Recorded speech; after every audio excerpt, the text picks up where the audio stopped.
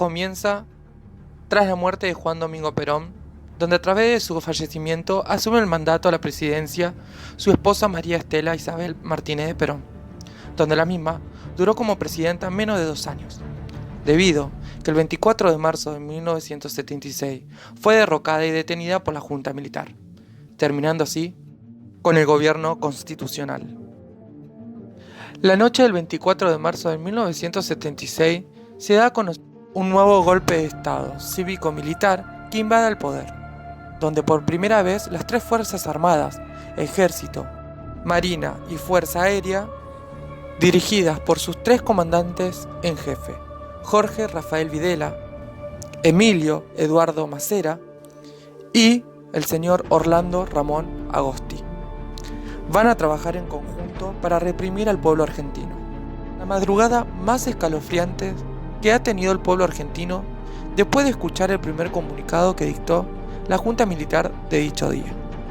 Se comunica a la población que a partir de la fecha el país se encuentra bajo el control operacional de la Junta Militar. Y propaganda, donde mediante la manipulación y soberbia, él mismo se autodenominó como el proceso de reorganización nacional. Los militares contaban con el apoyo de varios sectores civiles y no civiles, como los empresarios inversionistas y también de las comunidades rurales. Asimismo, contaba con el apoyo de muchos medios de comunicación, donde los mismos buscaban su bienestar personal.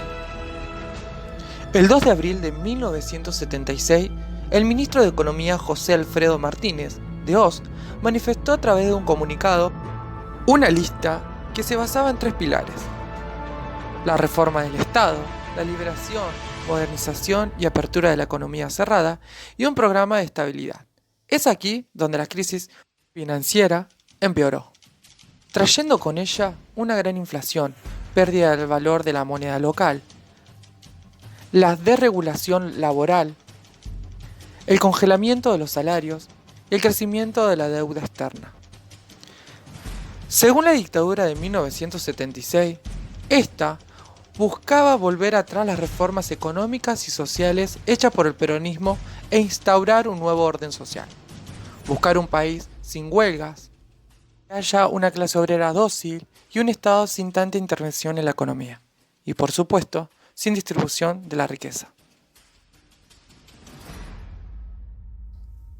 Entonces, este nuevo orden económico y social que se quiere instaurar es la política económica neoliberal, en línea con las restantes dictaduras latinoamericanas asociadas al marco del Plan Cóndor. Este es el nombre con el que se conoce al Plan de Coordinación Estratégica Internacional en la que participaron las dictaduras que gobernaban en Bolivia, Chile, Argentina, Uruguay, Brasil y Paraguay, los cuales seleccionaron la imagen del ave para determinar el terrorífico pacto y además porque es un ave emblemático de los norteamericanos. Este plan estuvo bajo la coordinación e influencia de los Estados Unidos. Henry Kissinger, señalado como su ideólogo. El Plan Cóndor se lleva a cabo entre las décadas de 1970 y 1980 con el fin de disciplinar a la sociedad para instalar el régimen económico neoliberal. Durante la dictadura se eliminaron los controles sobre la actividad financiera y se abrieron los canales para la importación para hacer más competitiva la industria. Esto provocó que muchas empresas cerraran, ya que no pudieron competir con las empresas internacionales, que dejó como consecuencia a muchas personas sin empleo. El Plan Cóndor fue una coordinación que implicó oficial y directamente el seguimiento, vigilancia, detención e interrogatorio, con torturas, traslados entre países y desaparición o asesinato de personas, consideradas por dichos regímenes como subversivas del orden instaurado o que estaban en contra a sus políticas o ideología. El Plan Cóndor se constituyó en una estación clandestina internacional para la estrategia del terrorismo de Estado, que instrumentó el asesinato, a través de las cuales las Fuerzas Armadas llevaron a cabo una práctica siniestra. Se dio uso a múltiples centros de detención en el país donde se secuestraban, se torturaban e incluso se asesinaban a miles de militantes pertenecientes a movimientos de la izquierda, con el objetivo de que den información de sus compañeros pertenecientes a sus movimientos. Además, otro fin de este régimen era reprimir a la sociedad en su totalidad. En la Argentina funcionaban más de 500 centros clandestinos y se estima a 50.000 personas asesinadas, 30.000 desaparecidos y 400.000 encarcelados. Los medios de comunicación eran reprimidos con reclusión si difundían imágenes de asociaciones ilícitas o a grupos dedicados a actividades correspondientes al terrorismo. También eran reprimidos aquellos que divulgaban noticias que desprestigiaban las actividades de las Fuerzas Armadas o policiales. Las Fuerzas Armadas instalaron la censura e idearon a los medios de comunicación en la forma de difundir y defender sus propósitos y su ideología. Los medios eran utilizados para informar, desinformar y para desplegar grandes campañas de propaganda a través de las cuales instalaron una ideología monolítica, limpia, sin fisuras. En el año 1966 se había elegido a Argentina como sede para que en 1978 fuera aquí la Copa del Mundo de Fútbol, lo que para la Junta Militar fue de máxima importancia, dándole preeminencia a su organización. A través de este gran evento deportivo, la Junta tenía como propósito modificar su imagen negativa, mostrando ante las cámaras la alegría que culminaba en las calles ante este evento. El Mundial tapó la dictadura. Mientras se gritaban los goles, se apagaban los gritos de los torturados y de los asesinados, dijo la presidenta de Abuelas de Plaza de Mayo, Estela de Carlotto. Mientras los aficionados por el fútbol gritaban y festejaban los goles, se quedaban violaciones de derechos humanos, prisiones y asesinatos enmarcados en la dictadura. En ese mismo año, las madres de los desaparecidos se levantaron e intentaron imponerse a la dictadura que había secuestrado a sus hijos y nietos. Buscaban información sobre los detenidos y muchos de los bebés que fueron secuestrados de sus padres o nacieron durante el cautiverio de sus madres embarazadas. A partir de esto, 14 madres que se reunían en Plaza de Mayo para buscar a sus hijos y nietos comenzaron a caminar en ronda alrededor de la plaza para hacerse escuchar, dado que las manifestaciones en la vía pública estaban prohibidas y así también las reuniones de más de 5 personas.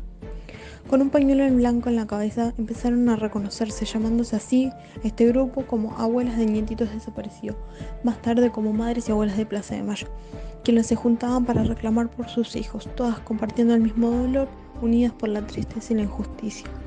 Sus aportes, como las abuelas que siguen buscando hasta el día de hoy, crea condiciones para que no se olvide lo sucedido y que nunca más se repita, así como también para exigir castigo y condena a los responsables de estos delitos.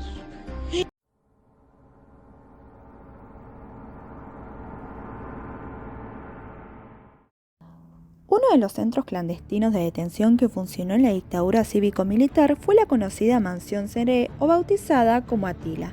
La misma, compuesta por 11 hectáreas que fueron vendidas en el año 1949 al Instituto de Previsión Social y a mediados del año 1976 fue otorgada a la Fuerza Aérea. Este centro clandestino se convirtió en uno de los más importantes del conurbano bonaerense entre los años 1977 y 1978, debido a que por allí pasaron centenares de personas secuestradas, torturadas e incluso asesinadas, bajo la dirección de la Fuerza Aérea Argentina. Este centro clandestino funcionó bajo la supervisión de la Brigada Aérea de Morón, que conformaba el circuito represivo de la zona oeste, Morón Merlo Moreno, formado por 15 centros clandestinos. Fueron 4 los detenidos que escaparon de la Mansión Seré. A partir de entonces, la historia del edificio dio un vuelco inesperado.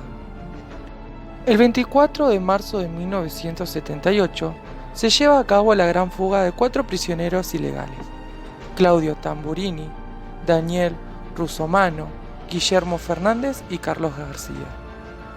Este gran acontecimiento provocó la clausura de este centro clandestino de detención.